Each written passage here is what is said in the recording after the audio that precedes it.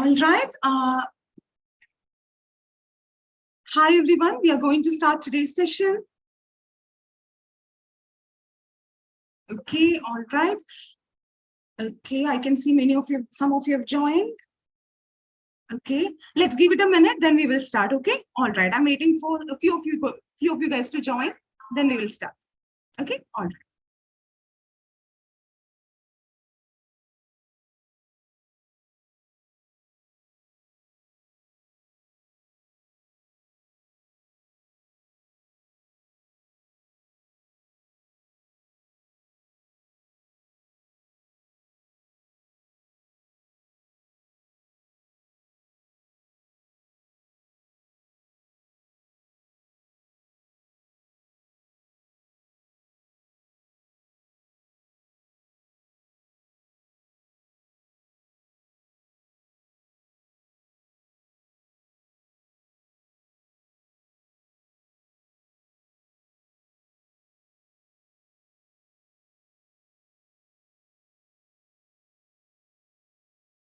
All right, I can see that Cicely has joined. Cicely, let's give it a minute.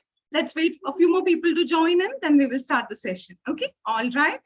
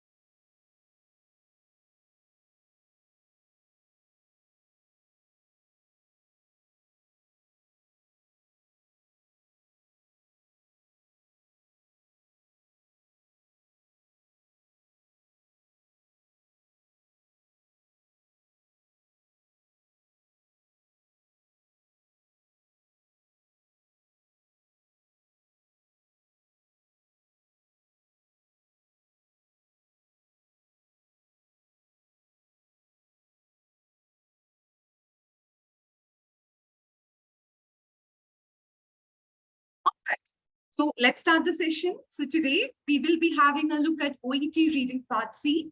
So what we're about to do is we will have a quick discussion on or a quick look at the structure, what OET reading part C is all about. So if any of you are new to OET, this will definitely give you an idea how to, what is OET reading part C all about and, how you need to approach it. So after we have a discussion on the structure, the details about the module, we will move on to answer a few questions. Okay, all right. So let's go ahead and start. Here we go. So OET reading has three parts, part A, part B, and part C.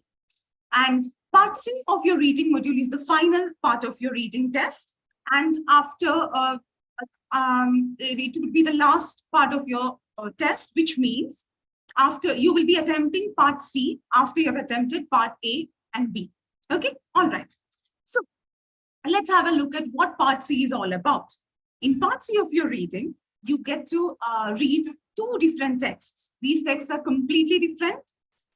If one is on a particular, one text is about vaccination, the other text can be about something completely different.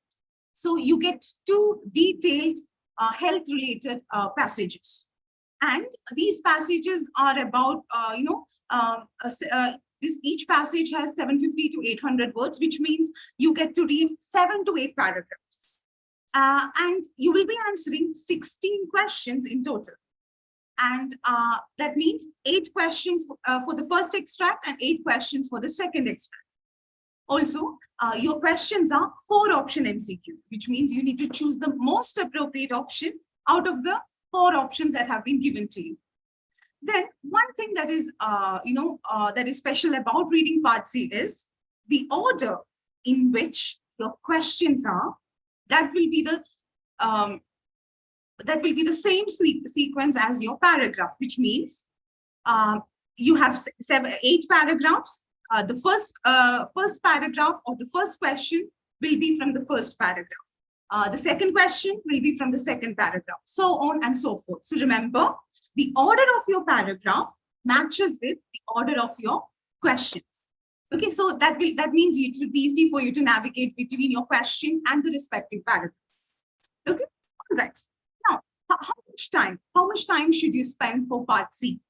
So always remember, even when you practice, you need to remember one thing, that is for part B and C, you get 45 minutes. Together, you get 45 minutes. And out of this 45 minutes, spend around 12 to 13 minutes for part B. Then the remaining 30 to 33 minutes, you need to be spending for part C. So when you practice, make sure that you use a timer. And remember, on the exam day, you get a 45 minutes timer for B and C. Out of this 45 minutes, 30 to 33 minutes, you will be spending for part C. Okay. All right. Okay, so we have 2 texts and 4 option MCQs, and the order of your paragraph matches with the order of your questions. And we will be spending, on the exam day, you will be spending around 30 to 33 minutes for your part C of your reading. Okay, so this is what part C is all about. Okay, all right. Okay, moving on to what are these questions? So I told you, you get questions which the order of your questions matches with the order of your paragraph. And I also mentioned that, your questions are 4 option MCQs, that you will be choosing the best option out of the 4 options that have been given to you. Okay, all right. So let's understand what type of questions that you get when it comes to part C of your reading. So I can see some of you have just joined now. So we have just covered a few things, and we are now focusing on the questions. What type of questions you get for part C of your reading? Sometimes they ask you questions where you need to figure out the main idea or main point of the paragraph. You also get questions where they take the vocabulary, and you need to find out in the context of your text what it means, what a word or a phrase mean. Okay. There are questions where you need to understand the attitude of the writer, how the writer of the text feels about this particular topic.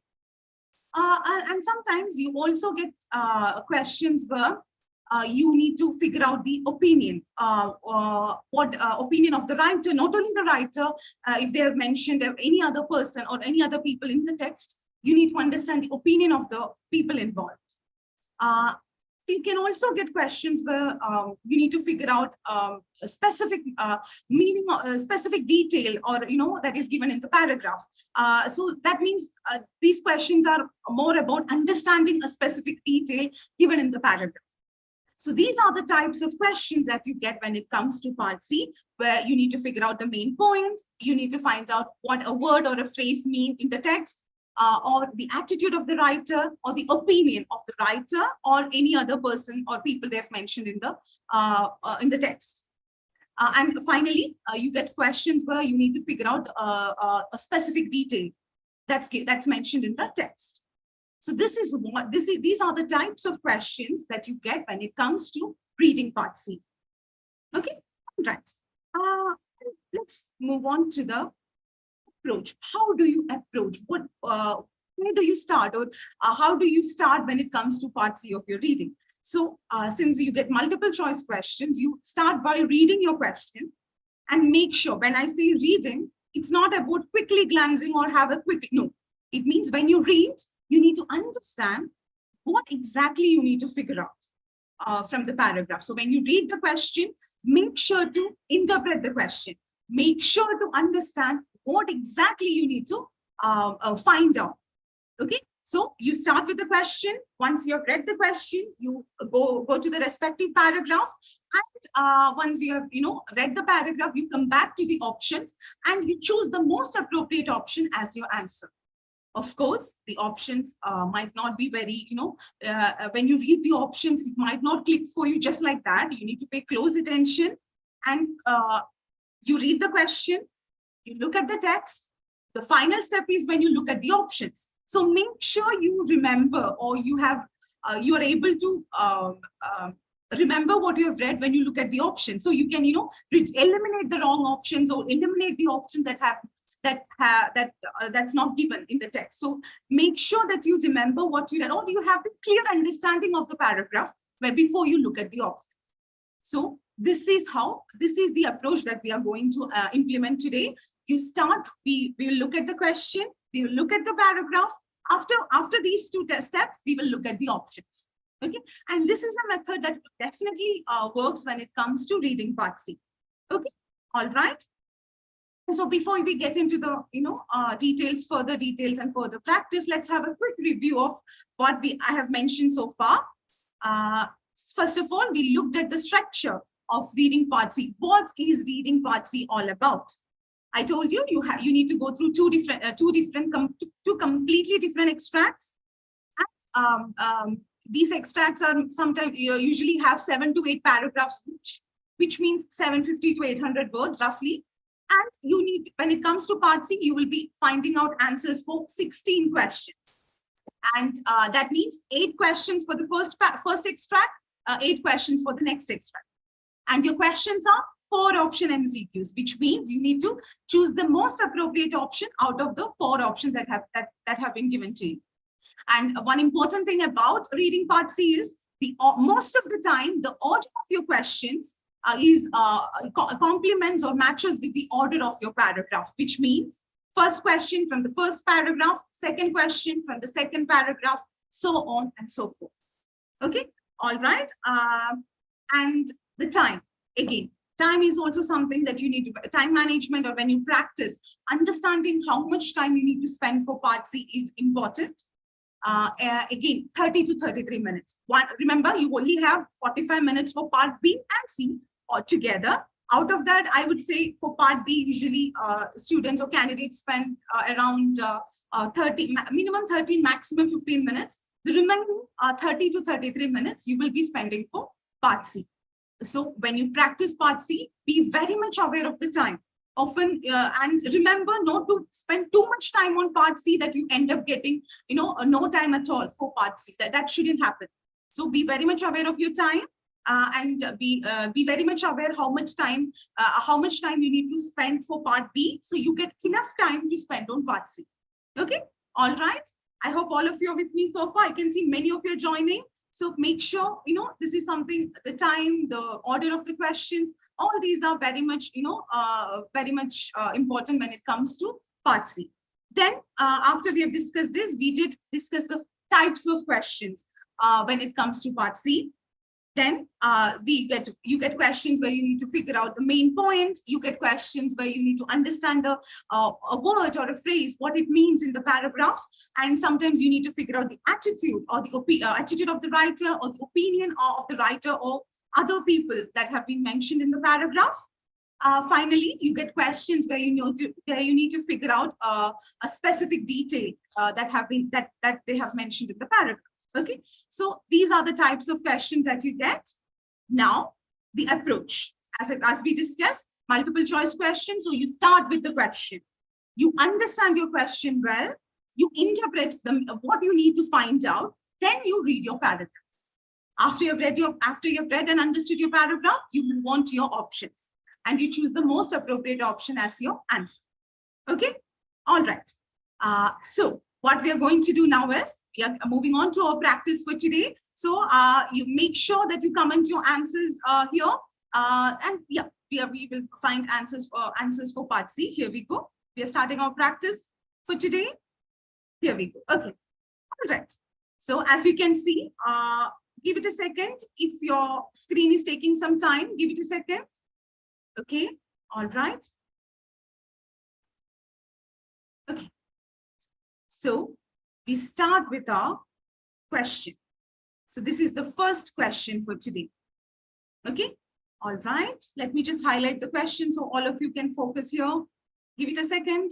Yeah, this is our first question for today. I want all of you to take a few seconds, read your question, understand your question.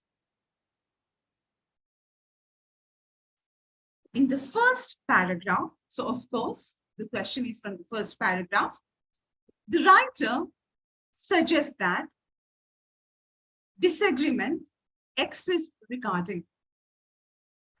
All of you, take your time, take a few seconds, read your question. In the first paragraph, the writer suggests that disagreement exists regarding. Okay. So what do we need to find out? In the first question, which is focused on the first paragraph, what exactly have they asked us to find out here? All of you take a second, try to understand your question, ask yourself, what exactly have they asked you to find out here from the first paragraph? So pause and read, don't be in a rush, pause and read and connect the meaning and think about it.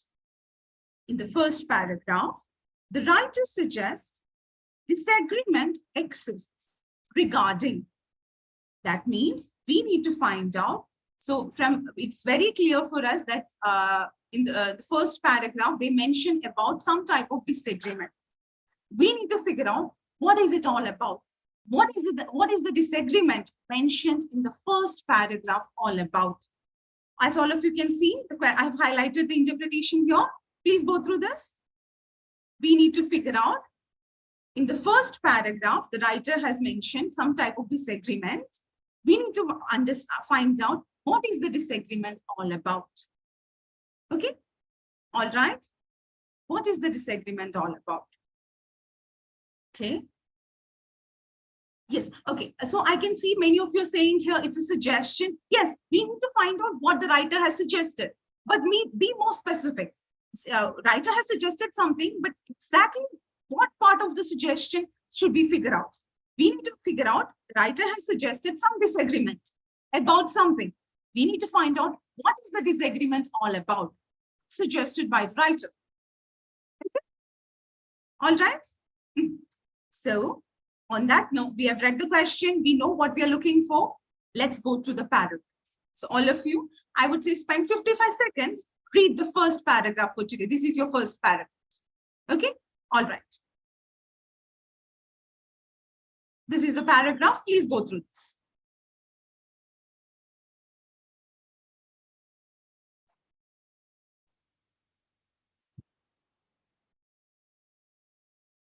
Take 55 seconds. Please go through this.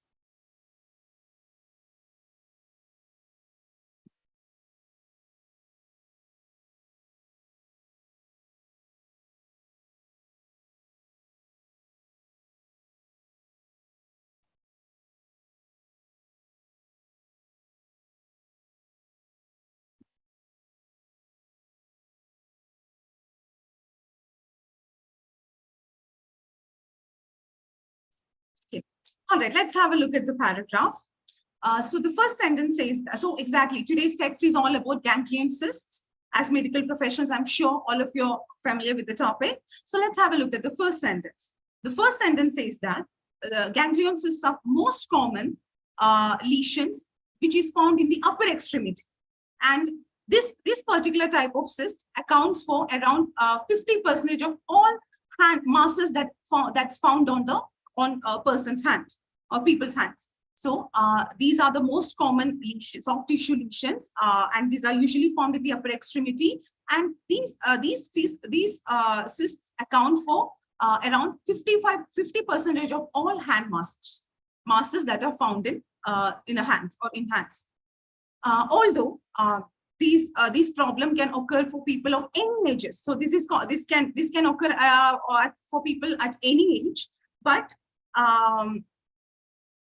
they are most frequently seen in adults between the ages of 20 or 40. And females, women are more, this happens 2 or 3 times more in women as compared to the men. Okay. All right. And this cysts are well defined. They are mucin-filled tumors, and they usually arise due to some underlying joint capsules or tendon sheaths. And then they move on to talk about the location. Most common location is over the dorsum of the wrist, and that accounts for around 60 to 70%. And around 20% of the ganglion cysts are located on the volar wrist, and 10 to 20% is located at the volar retinaculum. Okay, all right. Then the last two sentences say that there have been many theories that try to explain the cause of the ganglion cyst. Etiology is the cause of the cyst. However, to date, there is no one single theory that has been able to fully explain the pathogenesis of what causes, why or what of the ganglion cyst. So many theories exist, but not one single theory, or one single theory has not been able to, not even a single theory has been able to very well explain the exact pathogenesis for this problem. And the prevailing belief is that these cysts are a response to a repeated trauma. Okay, all right. So all of you take a second, go through the text.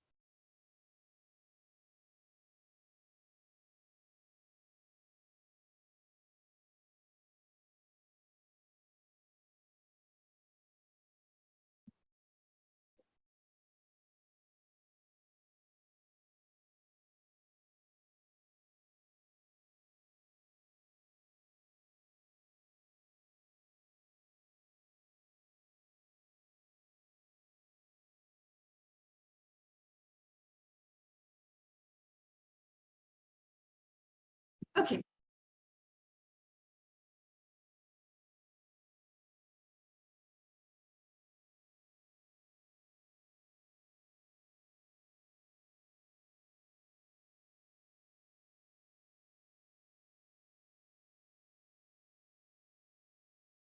Give it a second, give it a second. There is a tiny glitch here. Let me sort it out. Give me a sec.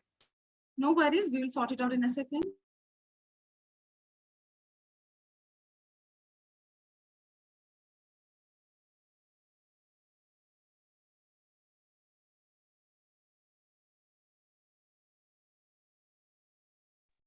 So please go through the text, take your time, go through the text.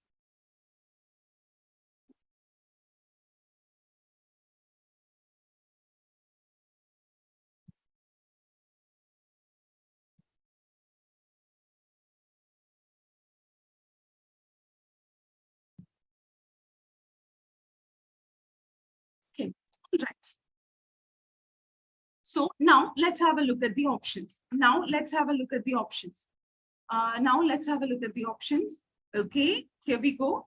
So we needed to figure out what is the disagreement all about. Okay, all right. Okay, here we go. Right. So let's have a look at the options. In the first paragraph, the writer suggests that disagreements exist regarding. So let's look at the first option. The writer suggests that disagreement exists regarding what causes ganglion cysts to form initially. So what do you think? Is it option A? Is it option A? Okay. Is it option A? Is the disagreement all about what causes the cyst? What do you guys think? What do you guys think? Is it A? Is it B? Is it C? Is it D? Okay. All right. So option A says that, the disagreement is all about what causes the cyst. Oh, and let's have a look at option B. Option B says the disagreement exists regarding why the cysts tend to form in certain locations. So yes, they have mentioned the locations. Of course, they have told that these cysts can be found on the dorsal part and volar wrist and volar retinaculum. However, have they mentioned the reason for the location? Have they mentioned why cysts are located in certain parts? No. Okay, if you want, you can check over here on the screen. I can, I'm pulling up the paragraph as well. So see, yes, they have mentioned the location, but they have not mentioned the reason. So we can reject option B, not given. Reason for location not given. Reason for location not given. Okay, let's have a look at option C. Why the disagreement exists regarding why ganglion cysts are found more often in female patients. Yes, it's mentioned that 2 to 3 times more in females. However, the reason for that is not mentioned. So this is not the answer. This is not the answer. Okay, so reason not given. So we can reject option B as well, option C as well. Let's have a look at option D. The disagreement exists regarding what causes ganglion cysts to form in patients of different age groups.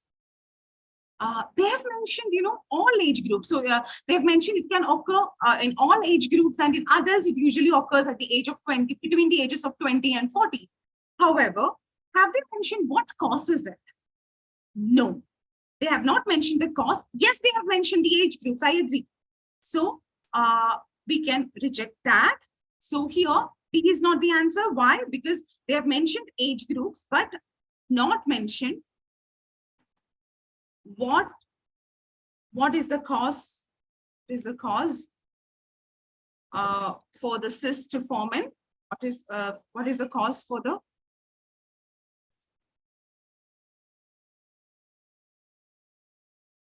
form in certain locations? Okay, all right. Okay, so of course the answer is A. And A again, coming back to option A, it mentions that in the first paragraph, the writer suggests that disagreements exist regarding what causes ganglion cysts to form initially. So if you see here, the last two sentences, these two sentences here, there have been several theories postulated to explain the etiology of the ganglion cyst. So there have been different theories that have been trying to talk about or trying to convey the cause of the cyst. However, to date, there is no single theory that completely explains it. So when there are too many theories and none of the theories completely explain something, that means that's the disagreement. Too many theories trying to explain the cause, but not one single theory has explained it in a fully explained it. So that means there is disagreement about the etiology. Etiology is the cause of ganglion cyst. These are the two sentences that makes an option A your answer. So this is your answer. Take a second, go through the question, go through the options, go through the paragraph, and look at why I have rejected each option. All of you.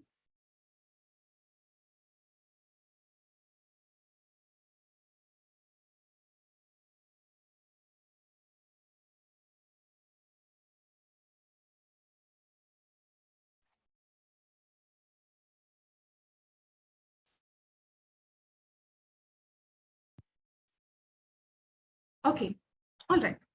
So have a look at the question, look at the option, and please try to understand why we have chose option A, not the other options. Okay. And please remember one thing, these options are kind of, you will feel that, okay, certain part of what's given in the options have been mentioned. Yes, in option B, locations have been mentioned. In option C, they've mentioned that, female patients are more compared to males. And they've also mentioned age groups, but nowhere, when it comes to option B, they have not mentioned why certain location, the reason it's not given. And the reason for female patients being more affected by the ganglion cyst, that's not mentioned. And different age groups, what causes different age groups to have this problem, not mentioned. So that's where the best option is, therefore A. Okay, all right. Moving on to the next question for today. Okay, I hope that the first one was clear. Let's move on to the second option. So as I've mentioned, we are looking at the question, we are looking at the extract, then we are looking at the options. Okay, all right. Okay, all right. So from the second paragraph, we have two questions. That's okay. So what we are going to do now is we are going to look at the first question for the second paragraph. So once again, let me inform you that from the second paragraph that we are about to discuss, we have two questions. So we are now focusing on the first question. So the first question is this one. Please have a look at this. All of you, please take your time, go through it. The writer thinks there is a lack of data on pediatric ganglion cysts because the writer thinks that there is a lack of data on pediatric ganglion cysts because. Okay, so take your time, make sure to interpret your question. Interpretation means trying to understand what exactly should we find out. What exactly have they asked us to figure out from the paragraph? Okay, so this is the first question. This is the second question and the for today, but this is the first question that is focused on the second paragraph. So all of you take your time, go through the question and try to interpret it. Try to interpret it. Okay, all right. So this is what, according to the question, we need to figure out why. When we saw the word because at the end of the question, we knew it was all about finding the reason. So we need to find out the reason for the lack of data when it comes to pediatric ganglion cysts. So from the question, we need, after reading the paragraph, we need to figure out why there is a lack of data when it comes to pediatric ganglion cysts. Okay, all right. Now, let's have a look at the paragraph. So take 55 seconds and go through your paragraph, please.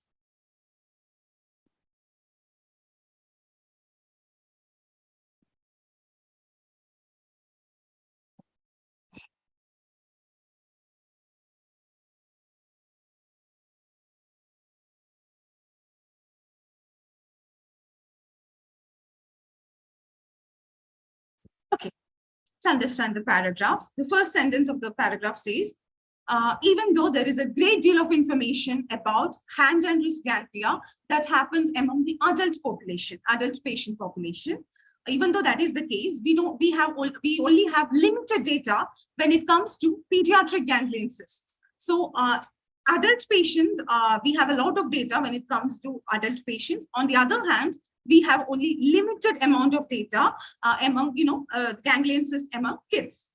The true incidence, the true occurrence of this lesion within this population. So who does this refer to here? This population.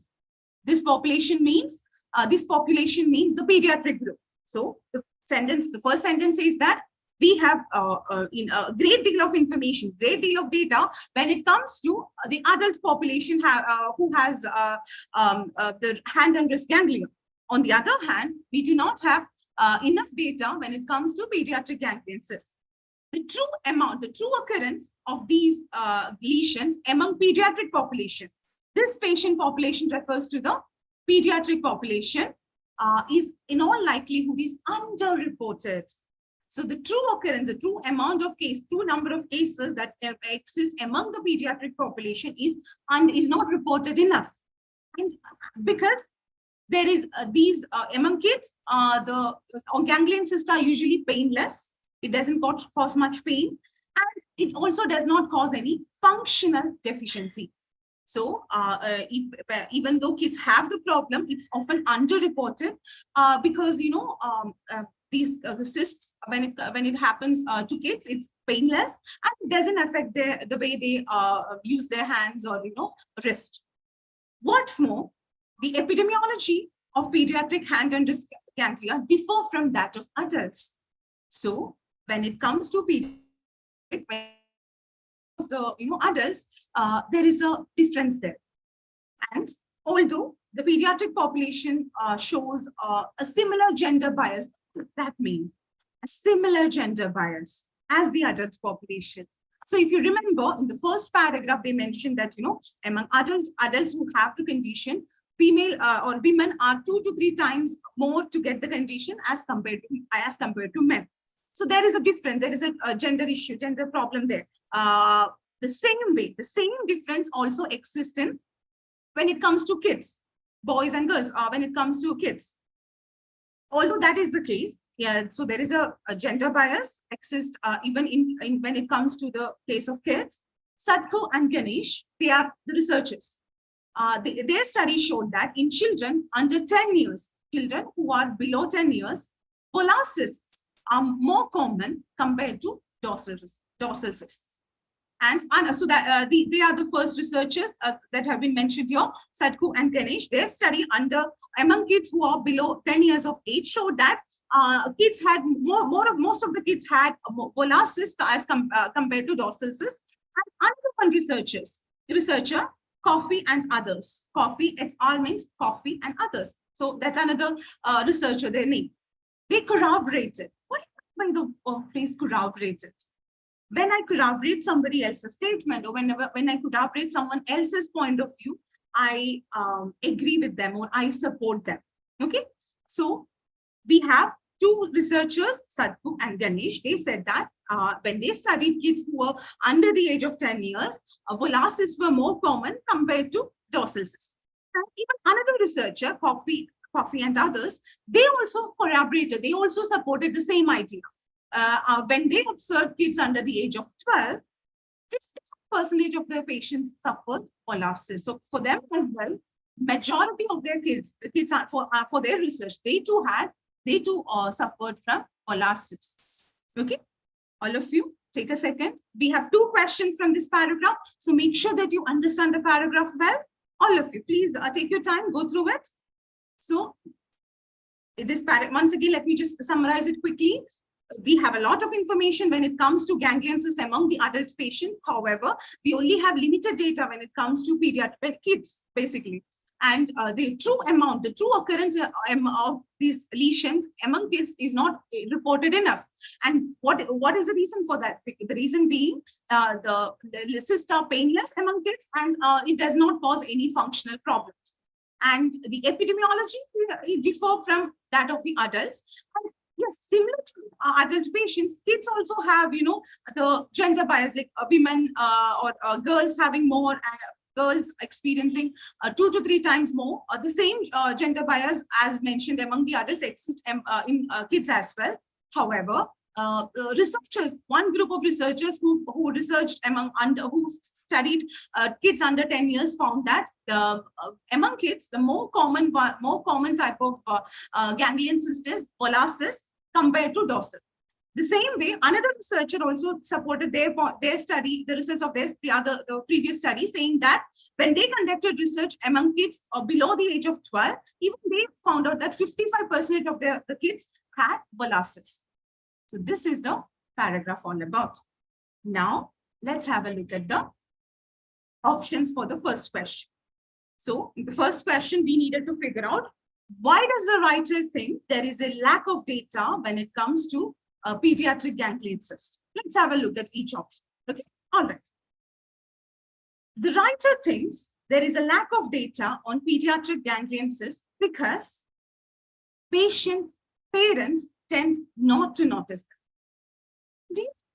Anywhere, what we just read, what the paragraph that we read, anywhere did they mention parents of the kids? No.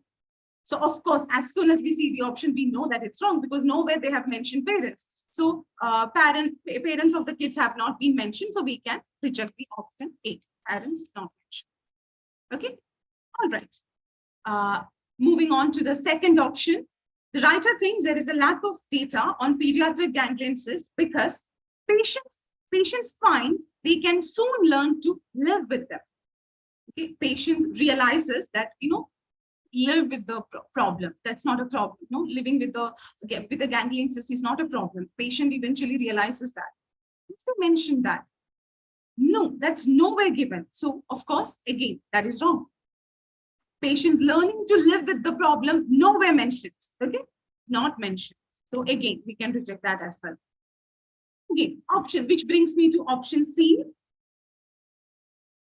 The writer thinks there is a lack of data on pediatric ganglion cysts because they don't typically cause patients any noticeable discomfort. Noticeable discomfort. I've talked about patients. Of course, we are talking about pediatric ganglion cysts, so our patients are kids. So have they mentioned that kids usually don't experience any noticeable discomfort? Okay, have they mentioned that? What do you think? Is pain having no functional deficiency? They have mentioned that, right? Compare that with this option. Do you think option C is correct? Yes, option, yes. If you think about notice, if you look here, see, as their presence is usually painless and doesn't cause any functional deficiency. It does match with what's given in option C. So as of now, C seems to be the option, but let's have a look at option D as well. The writer thinks there is a lack of data on pediatric ganglion cysts because they have only a temporary effect on the patient's movements. Temporary effect, again, not mentioned. So of course, the best option for this one is option C, because they have clearly told among kids, ganglion cysts are often underreported. The reason being pediatric patients do not experience any pain or functional deficiency if they have the problem.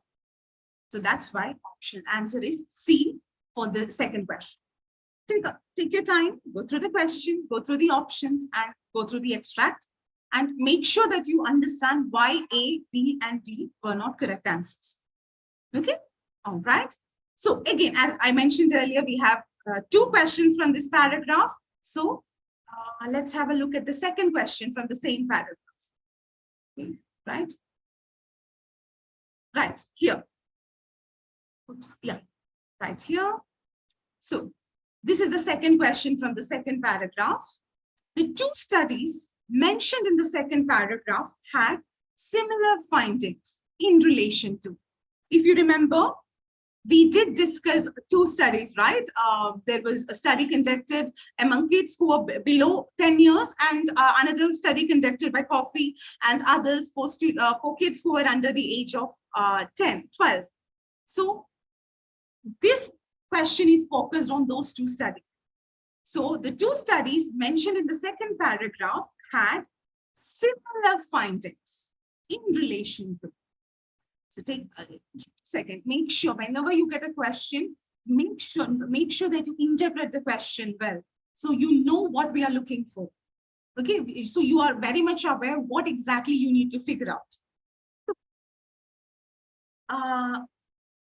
So let's have a look at the question and make sure that you have a look at the question and interpret it well.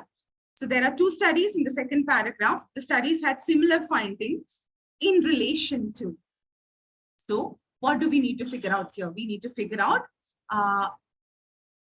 these studies having similar findings, and what was the similar findings connected? What was it related to? What was the similar? So two studies mentioned in the paragraph have some similarity. What is that similarity focused on? That's what we need to figure out. What is the similar findings of the two studies in relation to? What is the similarity focused on? Okay, all right. So let's have a look at the options because we have already read the paragraph. So yes, let's have a look at the options. Okay. Right. The two studies mentioned in the second paragraph, one was the Sadhguru and Ganesh, the another one was the Coffey and others, those two researchers, right?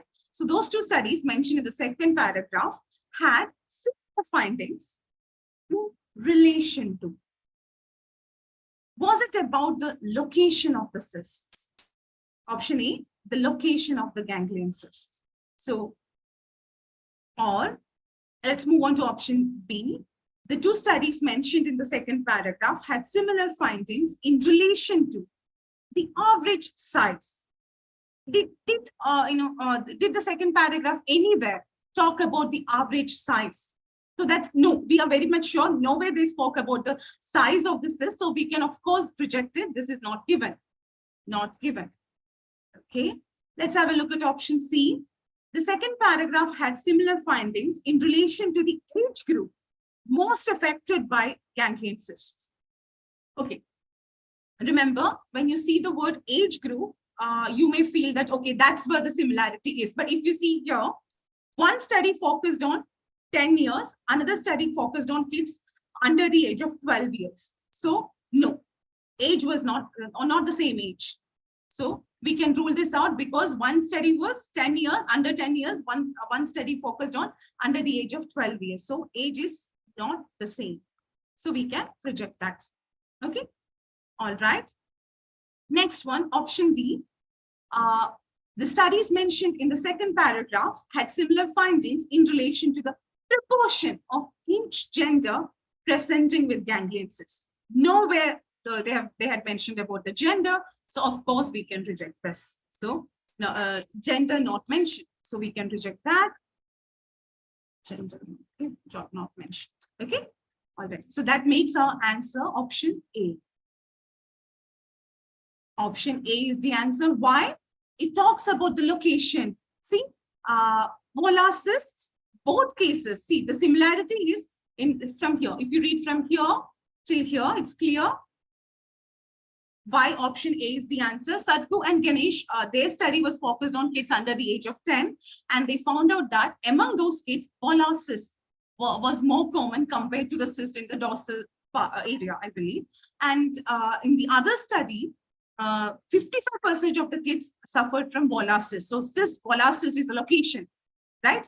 Both, that's a similarity. Both groups, or both research, or both studies found that volar cysts were more common than dorsal cysts. So which means the location, the commonality, the similar finding was focused on the location.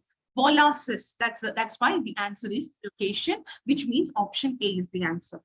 Okay. All right. So yeah, take a second. Go through the question, go through the options, go through the paragraph. Okay, all right. Make sure if you have any confusion, if you have any, any problem with the options, feel free to, type it out in the comments. So I will definitely address your concerns.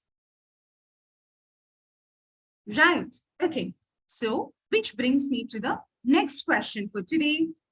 Okay, so the next question is a vocabulary question. Okay, let's have a look at the question. This is the question here. The phrase wax and wane in the third paragraph describes a change.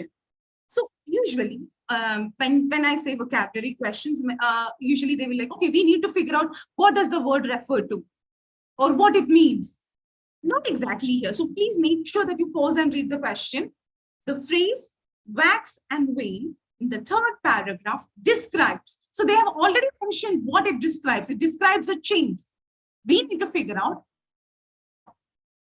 So the writer uses this phrase to describe a change. We need to find out what exact change is the writer or is the phrase being used to describe. Okay. So here it's not about what the phrase referred to. We know that the phrase wax and wane refers to a change. We need to find out exactly what changed. Okay. So a change in what is described using the phrase wax and wane. Okay. All right. So when it comes to a vocabulary question or where you need to figure out what a word or a phrase refer to or try to convey in a particular context, you don't need to read the entire paragraph. So the first thing that is you need to read the sentence that has the phrase. You can read one sentence above that. I'm highlighting here so you guys know. Just to be safe, read just the one sentence below it. This is a strategy that usually works. You don't need to read the whole paragraph. You just need to read the sentence that has the word or the phrase and the sentence above it and the sentence below. Okay, so 30 seconds, just go through these 3 sentences.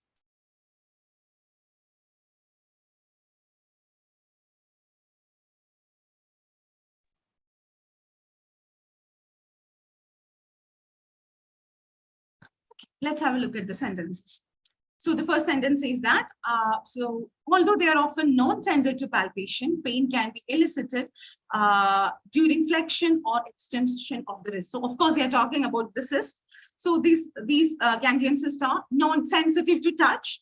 And if you flex your wrist or if you extend your wrist, you may experience, you can get pain. So next sentence is where you have the phrase that we're looking for. Ganglion cysts can range in extent from 1 to 3 centimeters, but may wax and wane with time. So we know the phrase wax and from the question. We have read the question very well, so we know it refers to a change. We need to find out the change in what. So here, if you read the sentence, ganglion cysts can range in extent. Extent, that means the size, from 1 to 3 centimeters. And with time, as time progresses, this size may wax and wane. That means when something increases and decreases, wax and wane. So here change is focused on this 1 to 3 centimeters. Let's, for just to be safe, let's read the next sentence as well. On physical examination, they may be firm or rubbery, mobile, and may move with associated tendons. They've said when you physically examine the cysts, they appear rubbery, or they may move, and they may move with the tendons as connected to it. But we need to figure out what change does the phrase wax and wane talk? What is a phrase? What does the phrase wax and wane talk about? What is the change that is described using the phrase wax and wane? Okay, so that means it has something to do with this 1 to 3 centimeters. Okay, so we need to figure, we are going to look at the options. We need to figure out the option that conveys that, it is talking about this change in the 1 to 3 centimeter size. Okay, so yeah, let's have a look at the options. Here we go. Right, we have the options here. The phrase wax and wane in the third paragraph describes a change in how a ganglion cyst feels to the touch. They have said the cyst is sensitive to touch. However, it is not what is referred using the phrase wax and wane. We are looking for something that comes with the size. So we know answer is not A. Okay. Then option B talks about describes a change in the dimensions of the ganglion cyst itself. So is it about the dimension? This dimensions. What does that dimensions mean? Okay, dimensions. What does it mean? Okay, let's look at option C as well. Describes a change in whether a ganglion cyst appears on an X-ray. No, we are sure it's not about that. Okay, but if you're reading the paragraph completely, you might see that they talk about radiographic imaging, but it has nothing to do with the wax and wane, that phrase. So we can reject it. Option D describes a change in the amount of discomfort a ganglion cyst is causing. Of course, that is, they have talked about, they have not talked about the discomfort, so we don't need to worry about that. So dimensions, they talk the extent or the size, 1 to 3 centimeters. The size, that's what dimensions mean. So answer is B. Okay. All right. Okay. All right. So let me tell you. So this is what? This is the sentence. See, ganglion cyst can range in from 1 to 3 centimeter. However, it may wax and wane, increase. What is that? What is that? What may change? What may increase or decrease? That 1 to 3 centimeter, which is the dimension, which is the size of the cyst. Okay. All right. So that's what this one is all about. And remember, when you get a vocabulary question, the best thing to do is read the sentence that has the word in it, word or phrase in it, and read one sentence above and one sentence below it, just to be safe. Okay, because sometimes, of course, when you're under a time pressure, when you're quickly reading, you might miss out on the details. So you don't need to read the entire paragraph. The best strategy that most of the time works is read the sentence that has the phrase in it, read the sentence above it, and read the sentence below. Okay, all right. So we are moving on to the final question for today. Okay, all right. So this is the final question. Yeah. Take a second, read the question. Please make sure that when you read the question, understand. Make sure that you interpret what we are looking for. Okay, all right. Right. In the fourth paragraph, we learned that using puncture techniques to treat pediatric patients. In the fourth paragraph, so again, the question is all about from the fourth paragraph, we learned that using puncture techniques to treat pediatric patients. So we need to figure out, in the fourth paragraph, what do we learn about using puncture techniques to treat pediatric patients. Okay, all right. Okay. So from the question, we know that the fourth paragraph talks about puncture techniques. We need to figure out what do we learn about when it comes to puncture techniques being used among pediatric patients. Okay, all right. Please go through the paragraph here. This paragraph. Okay.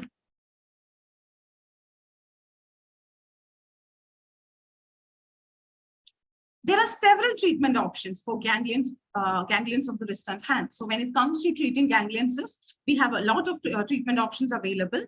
Aspiration and other similar cyst puncture have shown, the variable success. That means different levels of success among patients with dorsal ganglion cysts, adult patients. So when it comes to patients, adult patients who have dorsal ganglion cysts, they use puncture techniques and aspiration works well, and it has shown a varying degree of success.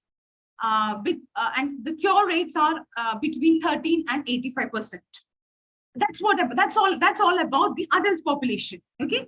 Moving on, aspiration, using the aspiration technique when it comes to pediatric population has reported less favorable results. Less favorable means results that are not so, so successful, that are less successful. The aspiration of a cyst among kids are very challenging. It's not easy. And because with high rates of recurrence and the potential to cause damage to the other structures of the hand that exist nearby. And that's why this technique, the aspiration or the puncture technique, that is not recommended for the pediatric population. So the treatment, there are many treatments available, the treatment being a puncture and aspiration. That works very well among adult population, and it has shown a varying degree of success. However, and the success rate is between 13 and 85%. How when it comes to kids, the success is not that good, and it's quite a challenging process because there is a chance of higher chances of recurrence, and there is a potential for damaging other structures of the hand. So that's why this particular method is not recommended for pediatric population. So that's what the text is all about. Let's have a look at the options. Okay, all right. Okay, in the fourth paragraph, we learned that using puncture techniques to treat pediatric patients has not been very widely studied to date. Until now, it has not been widely studied using puncture techniques among treating pediatric patients. No, that's not mentioned. So they have mentioned about the technique not being that successful, but it's not being studied, not mentioned. Okay? Not being studied, the method not being studied or researched upon is not mentioned. Is not being studied, is not mentioned. So of course we can reject this option. Okay, all right. The next one, so yeah, option A is we can reject that. In the fourth paragraph, we learned that using puncture techniques to treat pediatric patients is no more effective than with adult patients. So when I say something is no more effective compared to this, that means it's not equally effective. As they have not said that. They have said less favorable results. They have not said, is no more effective than what level of effectiveness it shows in adults. That level of lack of effectiveness is shown among kids. That's not no. So they have not told that, puncture techniques to treat kids is no more effective than with adult patients. See, they have told that, less favorable results. So that means some kind of, effectiveness has been there, but less favorable results. So no, that's not. Yes, it does feel like that can be the answer but they have not compared. There is no comparison made between adults and, pediatric population. They have just said that. So no comparison made there. So we can reject that. Okay, next one. In the fourth paragraph, we learned that using puncture techniques to treat pediatric patients carries more risks than other age groups compared to other age groups, or, it carries a lot of risks. What do you guys think? Okay, 1 second. Yeah. Okay, all right. Okay, they do talk about high rates of recurrence. Higher rates of recurrence means, okay, when you use these adjectives like higher, all those things, it refers to, when you compare with other groups, it has higher rates of recurrence. That is a risk. And the possibility to cause damage to the other structures. So that seems to be the answer, but let's cover option D as well. We learned that using puncture techniques to treat pediatric patients may be more successful in the dorsal cysts. They have talked about it being successful, to treat dorsal cyst among adults, not among pediatric patients. They've mentioned being successful among adults, but we are looking for among pediatric patients. So that's not it.